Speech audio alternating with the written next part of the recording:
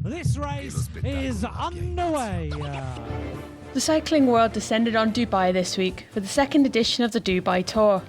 The race kicked off in beautiful weather this Wednesday with a 145km stage around the picturesque Westin beach resort. Inaugural winner Taylor Phinney is missing from the lineup this season as he continues his recovery from a broken leg. Italian champion Vincenzo Nibali makes his season debut at the race, while Alejandro Valverde is the in-form rider. The opening stage was almost entirely flat, finishing with 4 laps of an 8.2km loop, and the sprinters were expected to dominate proceedings. After a short ride along the seafront, the flag was dropped and it was down to business. The pace was high and a 5-man break quickly got away in the opening 10 kilometres, initiated by Skydive Dubai's Vladimir Gusev.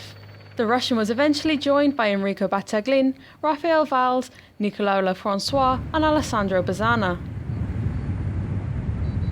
As the breakaway forged on, the peloton were happy to just sit back and admire the stunning scenery of the Dubai seafront, saving their energy for the finish.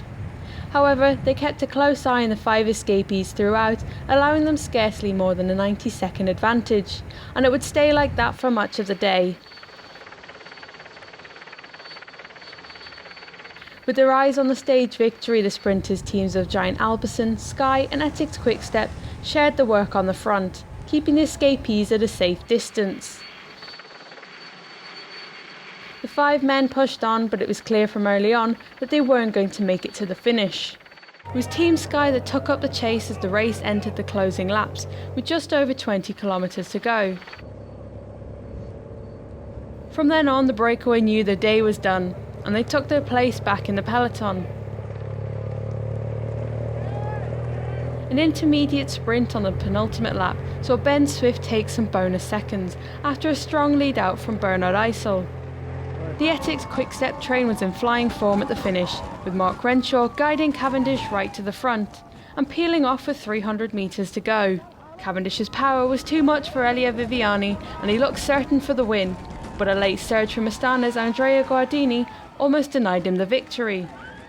It was a close call, and while Cavendish was certainly taking the stage honours, Guardini wasn't so sure. It went down to a photo finish, but it wasn't long before the organisers confirmed the Manx missile had taken his second victory of the season.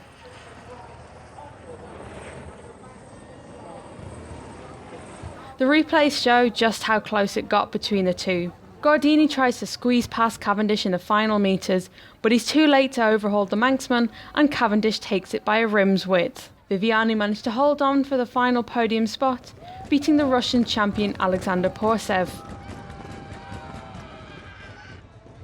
Here you can see it again on the photo finish. It could have hardly been any closer between the two sprinters.